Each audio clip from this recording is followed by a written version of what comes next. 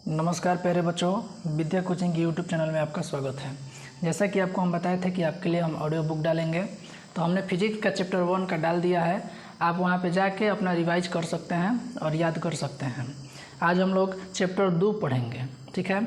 आप ज़्यादा से ज़्यादा वीडियो को थोड़ा दोस्तों यार को भी बताइए ताकि उनको भी लाभ मिल सके। आइए बिना देरी करते हुए शुरू किया जाए। कह रहा है कि कैमरे में कौन सा भाग आँखों के रेटिना की तरह कार्य करता है। मेरे उत्तर देने से पहले आप बताइएगा मन में, ठीक है। इसी पर्पज से वीडियो बनाया गया है। तो पहला का आंसर हो जाएगा फिल्म। एक स्वस्थ मानव नेत्र के निकट बिंदु तथा दूर बिंदु क्रमशः होते हैं। तो इसका आंसर हो जाएगा 25 सेंटीमीटर निकट और दूर बिंदु अनंत। नेत्र की समंजन क्षमता हो जाने से उत्पन्न होता है, समंजन क्षमता कम हो जाने से उत्पन्न होता है। आंसर हो जाएगा जरा दृष्टि दोष। इंद्रधनुष रंगीन क्यों होता है? तो इंद्रधनुष रंगीन क्यों होता है? तो जल कण द्वारा श्वेत प्रकाश के वर्ण विक्षेपण के कारण। आइए सवाल नंबर 5 समझते हैं। नेत्र में प्रवेश करने वाली प्रकाश किरणों का अधिकांश अपवर्तन कहाँ होता है? तो दृष्टिपटल के बाहरी पृष्ठ पर। प्रकाश संश्लेषण द्वारा दृश्य प्रकाश स्पेक्ट्रम का सबसे प्रभावी रंग कौन सा है? तो सबसे प्रभावी रंग लाल रंग है। अगला सवाल है, कह रहा है कि कुछ बादलों का रंग उजला क्यों होता है? कुछ बादलों का रंग उजला क्यों होता है? तो प्रकाश के परिकिरण के कारण। 8 नंबर सवाल, सामान्य नेत्र के लिए दूर बिंदु क्या है? सामान्य नेत्र के दूर बिंदु अनंत है। आगे आते हैं सवाल नंबर 9। अभिनेत्र लेंस की फोकस दूरी में परिवर्तन किया जाता है किसके द्वारा? तो पश्चिमाभि द्वारा। स्पेक्ट्रम में किस रंग के किरण का झुकाव सबसे अधिक होता है? तो होता है बैंगनी का। स्पेक्ट्रम प्राप्त करने के लिए किसका उपयोग होता है? स्पेक्ट्रम प्राप्त करने के लिए प्रिज्म का उपयोग होता है। जो नेत्र निकट की वस्तु को साफ साफ नहीं देख सकता उस नेत्र में क्या होता है? उस नेत्र में क्या होता है? तो आप देख सकते हैं ऑप्शन में यहाँ पे है, उस नेत्र में होता है दूरदृष्टि दोष। आइए आगे समझते हैं। सवाल नंबर 15। मानव नेत्र में 13 मानव नेत्र में इसमें से कौन सा ऑप्शन होगा? तो उत्तल लेंस होता है। मानव नेत्र वस्तु का प्रतिबिंब निम्न में से किस भाग पर बनाता है? मानव नेत्र वस्तु का प्रतिबिंब निम्न में से रेटिना पर बनाता है। सामान्य नेत्र के रेटिना पर बनने वाले प्रतिबिंब होता है तो वास्तविक और उल्टा। टिंडल प्रभाव प्रकाश की कौन सी परिघटना को प्रदर्शित करता है? तो ये करता है प्रकाश के परिकिरण का। दूरदृष्टि दोष वाली आँख साफ साफ देख सकती है दूर की वस्तु को। 18 नंबर सवाल देखिए, अरे निकट दृष्टि दोष वाला व्यक्ति देख सकता है। निकट दृष्टि दोष वाला निकट की वस्तु को अच्छी तरह से देख सकता है। नेत्र द्वारा किसी वस्तु का कैसा प्रतिबिंब बनाता है? नेत्र कैसा प्रतिबिंब बनाता है? तो वास्तविक, उल्टा तथा छोटा।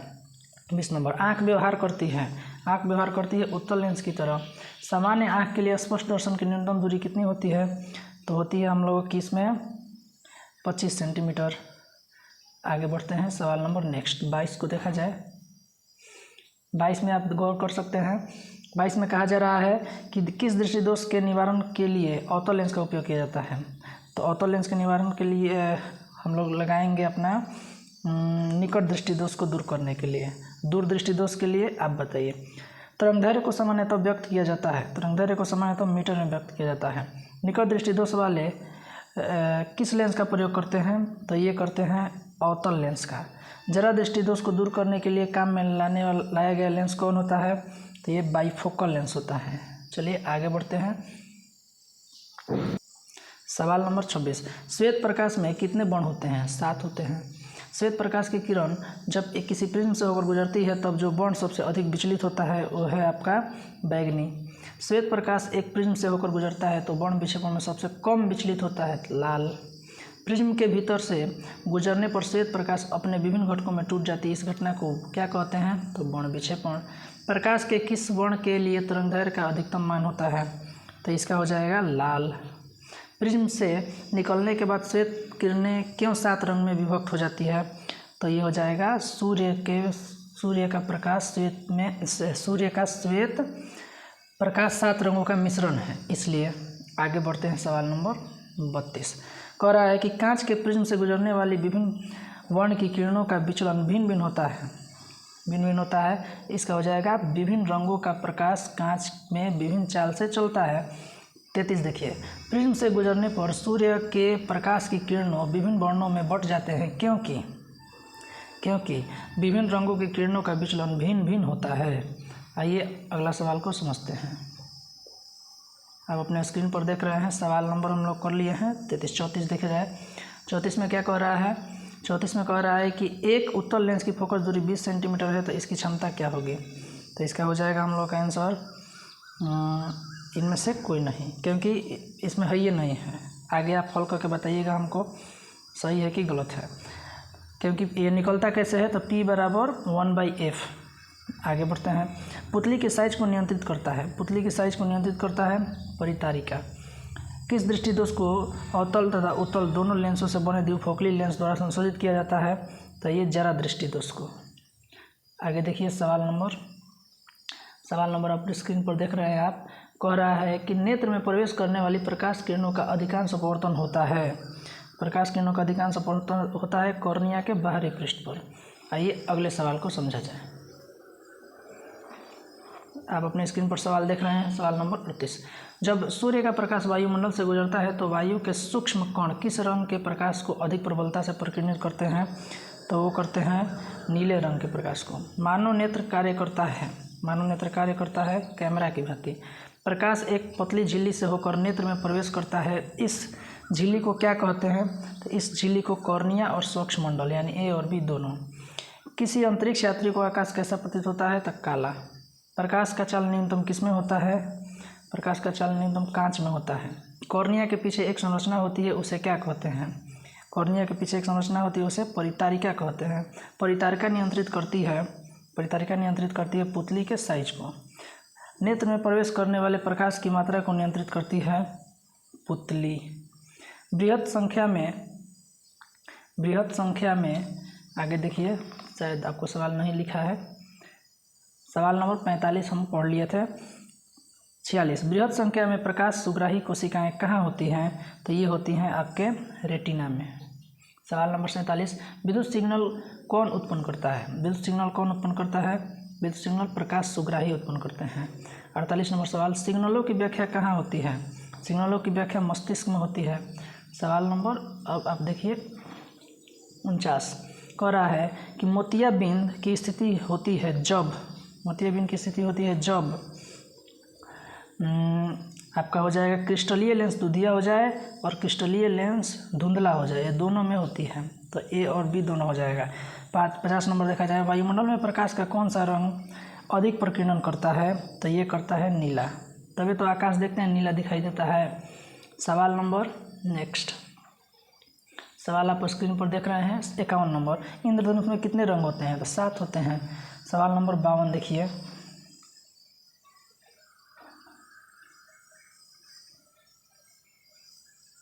सवाल नंबर 52 में क्या कह रहा है कि सर्वप्रथम सूर्य का स्पेक्ट्रम प्राप्त करने के लिए कांच के प्रिज्म का उपयोग किसने किया था? तो न्यूटन किया था। इंद्रधनुष किस दिशा में बनता है? तो इंद्रधनुष हमेशा सूरज के विपरीत दिशा में बनता है। आइए अगले सवाल पर हम लोग चलते हैं। आप मेरे सवाल का आंसर देने से पहले जवाब दिया कीजिए। अगर आप वीडियो पर पहली बार हैं तो ध्यान से पहले देखिए, फिर दूसरा बार में आप टेस्ट दीजिए। आप सोचिए कि आपसे कोई सवाल कर रहा है और आप उसका जवाब दे रहे हैं, ठीक है। निर्वात में प्रकाश की चाल होती है तो 3 × 10⁸ मीटर प्रति सेकंड। वायुमंडलीय अपवर्तन के कारण सूर्य हमें वास्तविक सूर्योदय से लगभग कितने मिनट पहले दिखाई देता है? तो इसका हो जाएगा 2 मिनट। निम्न में से किस समय में प्रकाश की चाल अधिकतम होती है? किस माध्यम में प्रकाश की चाल अधिकतम होती है? तो यहाँ पे इसके हिसाब से हवा होगा, ठीक है। सूक्ष्म कणों का एक विषमांगी मिश्रण वायुमंडल है। 58 देखिए, प्रकाश का प्राथमिक वर्ण कौन है? प्रकाश का प्राथमिक वर्ण आपको हम लिखवाए हैं, उसमें से एक ऑप्शन चुनिए। इसमें लाल, हरा और नीला, इनमें से सभी भी दिया है, इनमें से सभी होगा। तीनों प्राथमिक रंग है। टिनल प्रभाव देखा जाता है तो इसमें जंगल में हम इसको देख सकते हैं। वायुमंडल नहीं होता तो आकाश कैसा प्रतीत होता? वायुमंडल नहीं होता तो आकाश काला दिखाई देता। अत्यधिक ऊंचाई पर उड़ते हुए यात्रियों को आकाश कैसा प्रतीत होता है? तो आकाश काला दिखाई देता है। खतरे के संकेत को प्रकाश किस रंग से निरूपित किया जाता है? तो लाल रंग से। सूर्योदय और सूर्यास्त के समय आकाश कैसा दिखाई देता है? तो आकाश हम लोग का दिखाई देता है लाल। सवाल नंबर अगला समझिए। कह रहा है कि दोपहर के समय सूर्य कैसा प्रतीत होता है? दोपहर के समय सूर्य कैसा प्रतीत होता है? दोपहर के समय सूर्य श्वेत प्रतीत होता है। किसी माध्यम में छोटे छोटे कण के निलंबन को क्या कहा जाता है? किसी माध्यम में छोटे छोटे कण के निलंबन को कोलाइड कहा जाता है। किसी कोलाइडी विलयन में निलंबित कणों से प्रकाश के प्रकीर्णन को क्या कहा जाता है? तो टिंडल प्रभाव। तारों के टिमटिमाने की व्याख्या किस सिद्धांत पर आधारित है? तो यह है अपवर्तन के सिद्धांत पर। ठीक है, अब आते हैं सवाल नंबर नेक्स्ट पे। देखिए सवाल नंबर अगला आप स्क्रीन पर देख रहे हैं। प्रकाश की किस घटना के कारण सूर्य हमें वास्तविक सूर्योदय से पहले 2 मिनट पूर्व दिखाई देता है? तो ये होता है विद्यार्थी वायुमंडलीय अपवर्तन। निम्नलिखित में से कौन नेत्र का रंगीन भाग होता है? नेत्र का रंगीन भाग होता है परितारिका। आइए अगले सवाल को हम लोग स्क्रीन पर देख रहे हैं। सवाल नंबर 70 कह रहा है कि तरंगदैर्घ्य को सामान्यतः व्यक्त किया जाता है। तरंगदैर्घ्य को सामान्यतः स्पेक्ट्रम एंगस्ट्रम में व्यक्त किया जाता है। प्रकाश की चाल विभिन्न माध्यमों में होती है। प्रकाश की चाल विभिन्न माध्यमों में भिन्न भिन्न होती है।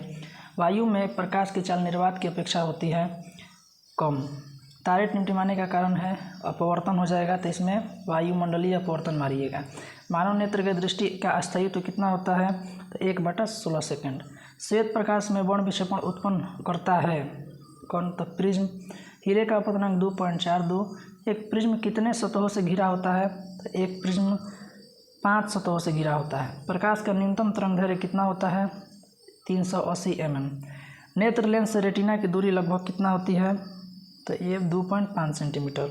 मानव नेत्र में किस प्रकार का लेंस पाया जाता है? मानव नेत्र में उत्तल लेंस पाया जाता है। आगे बढ़ते हैं 81 नंबर। जिस दोष में व्यक्ति को दूर की वस्तु स्पष्ट नहीं दिखती है वह क्या है? तो वो निकट दृष्टि दोष है। पानी में छड़ी मुड़ी हुई प्रतीत होती है, तो ये आपका हो जाएगा अपवर्तन। अपवर्तन के कारण प्रकाश तंतु में प्रकाश होता है। चलिए सवाल आपको दिखाते हैं। सवाल आप स्क्रीन पर देख रहे हैं। प्रकाश तंतु में प्रकाश होता है। प्रकाश तंतु में प्रकाश होता है, तो इसमें हो जाएगा आपका पूर्ण आंतरिक परावर्तन। वायुमंडल में प्रकाश के किस वर्ण का परिकीर्णन सबसे कम होता है? तो लाल का। कांच के प्रिज्म के किस रंग का विचलन न्यूनतम होता है? तो यहाँ भी हो जाएगा लाल का। ये खत्म हो गया। ये हम लोग का 85 तक ही था। तो उम्मीद करते हैं विद्यार्थी आप बहुत अच्छा से इसको देखे होंगे। हमेशा ध्यान रखना है कि मेरे आंसर टिक मारने से पहले ही आपको आंसर आना चाहिए। अगर ऐसा आता है तभी आपको याद है। उम्मीद करते हैं आप समझ में पा रहे होंगे। और वीडियो को 2 से 3 बार देखिए, जब तक याद नहीं होता है तब तक देखिए। और दोस्तों को भी बताइए। आज के लिए इतना ही रखते हैं, मिलते हैं अगले वीडियो में।